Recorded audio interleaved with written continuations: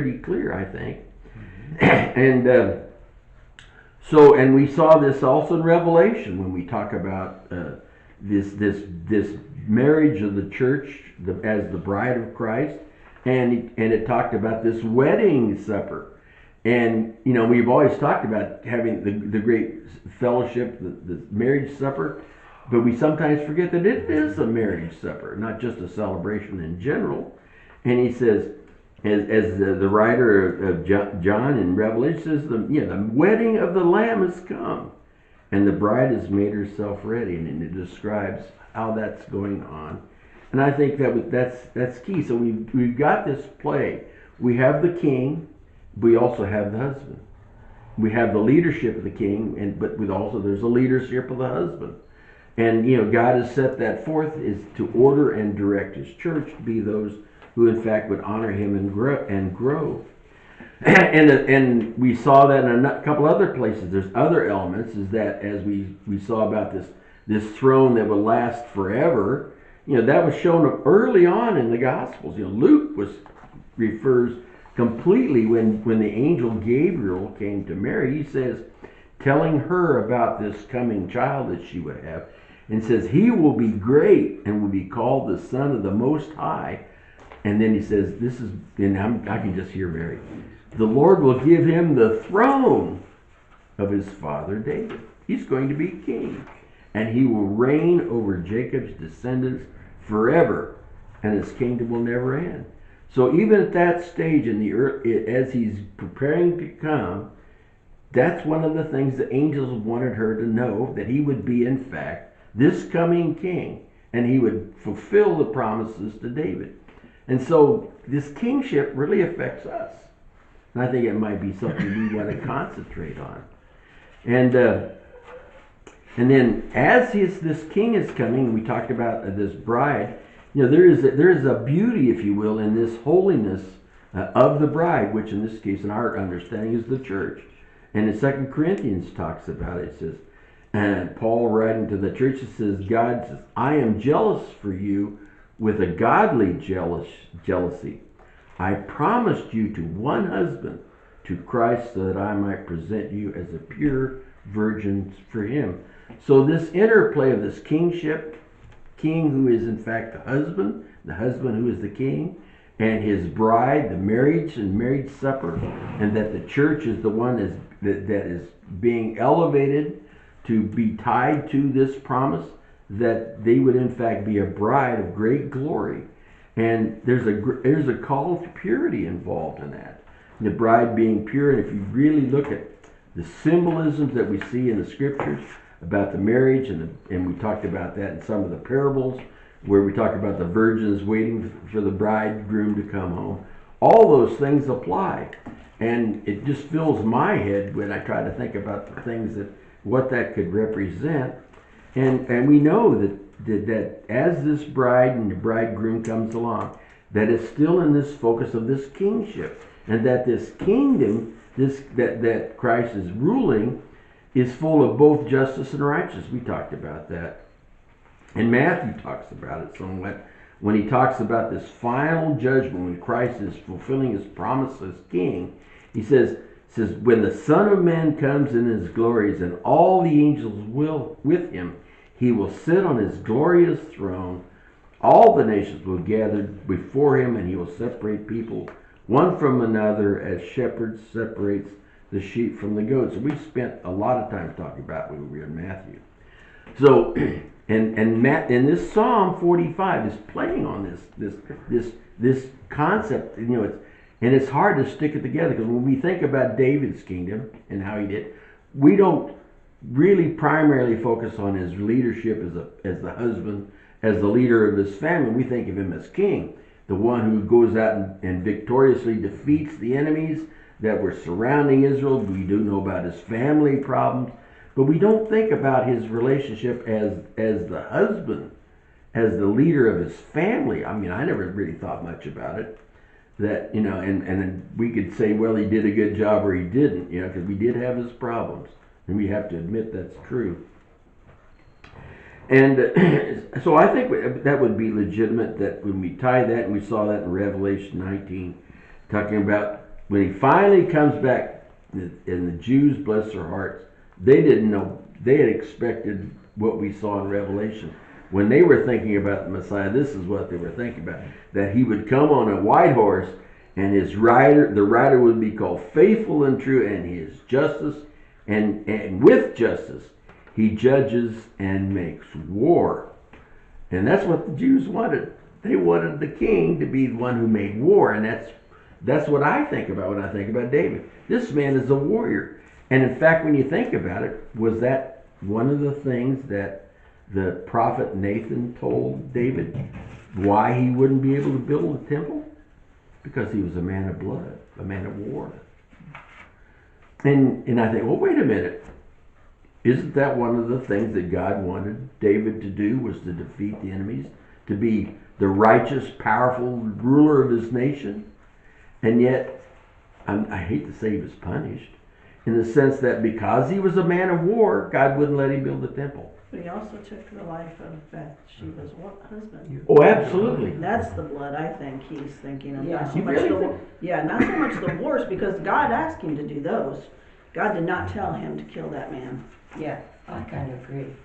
I hadn't thought about it that way. That was blood that was shed that was not in God's Oh, absolutely correct. direction. Okay, I can go with that.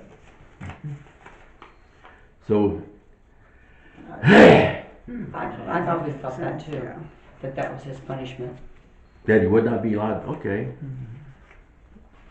I have to think about that for a while, because I was more thinking in the broader sense, because Solomon was just the opposite. Of course, David handed it to him, if you will, and that he was surrounded by peace, and he was really got involved in the intrigue and politics, if you will, and unfortunately for the nation of Israel and the whole environment at that time, it really was their downfall. Because he was not occupied with protecting the kingdom, but just falling into the temptations that ran over him. That's an interesting thought. I have to think about that. That's what he was focusing when he said he was a man of war. No, it didn't say that. It's a man. It said blood, right? A man of blood, yeah. Yeah. And he did send Uriah to the front lines so he would be killed. Oh, absolutely. And all those people that were involved with him.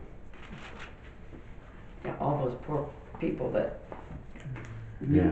probably knew that he was doing something wrong, but yet what do? He's the king.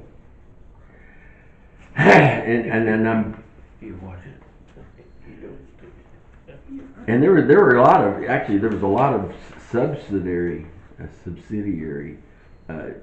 penalties involved, because when you think about it, was it not Joab that told the commanders to fall back and let him be killed? Mm-hmm. And Joab was punished. So I guess you can't say we were only following orders.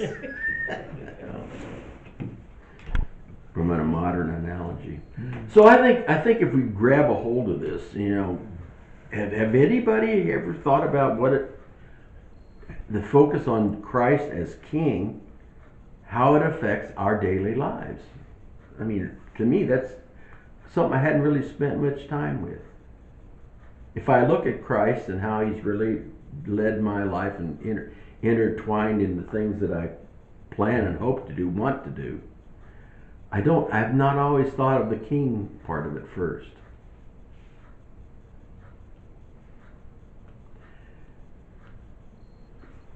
Because when you think about Christ's sacrifice and the things that he did for us, we're grateful for that salvation. We're grateful that he chose us, and that he, out of the swamp of this world, that he chose me, not for anything that I've done or will do or could do. But I never thought of that as being primary when I think about kingship. I don't know. If we think about it, what does it mean? How would our relationship be with an earthly king? It's not personal. Not personally. Yeah, we have a personal relationship with Christ and we can go to him anytime. Whereas an earthly king, you'll probably never get to talk to him unless you're really related or something like that. That's so true. And when I think of Christ, I don't, okay, so when we see him in heaven, is he going to be attired in kingly stuff, attire, or is he going to be like he was when he was walking among the people and was still the king? Yeah. It doesn't matter. It's a real contrast when you think about it, because yes, if an earthly king, the chance of being anywhere in that individual sphere is very rare, but he is our personal king, that he directly affects us as if we were, what's that mean, Keith? Right here beside me. Yes. Everything I Daddy, do, daddy. day by day, night by night, I do not understand it. How do you explain that to a non-Christian? From everywhere. And understands every language Yeah. at the same time. So it's almost, I would say, impossible to really wrap our minds around it. It is. I don't want to be silly, but it's like I am his only subject. He is the king for me. Mm-hmm. And he You is. feel- He's very personal. He wants you to feel that way. And yet he's that way with everyone. It's almost a contradiction, because when you think about, when you think about the king, he's up there on the hill on his throne, and he's giving his commands to his subordinates, and it eventually filters down to me, and he talks to his number one general, his assistant general, and all the way down, finally gets to me. That's normally where we look at rulers, if you will, but he's not that way. So when we have an understanding of the king's authority and the things that he commands and does, we can confidently say, those are for me. And I respond to it as if I'm the only one that's getting the order.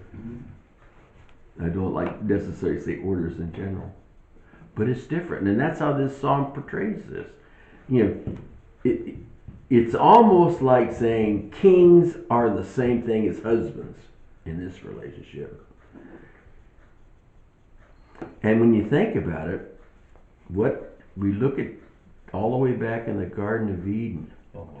one of the things that God told Eve was that your desire will be for him and he will rule over you. Is that the same concept? But ruling over her didn't mean that he treated her like dirt. That is so true. She was his equal, and he was to love her and hold her up. Yes. But once sin came into the world, this is when he made that pronouncement. There seemed to be they're equal in character, but there's a hierarchy. And we could spend days trying to understand how that works. Because in many ways, when you think about it, in the Godhead, the Father, the Son, the Spirit are all equal. But what did Jesus say? I only do those things that my Father tells me. And the Spirit proclaims Jesus. So there's not a ranking in the sense, but an ordinance as far as responsibilities. So husband and king, you're right. Because it says, treat your wife like Christ teaches the church, loves the church. But there's a ranking in there somehow. So I guess I'm gonna say it's my understanding. The husband is the king.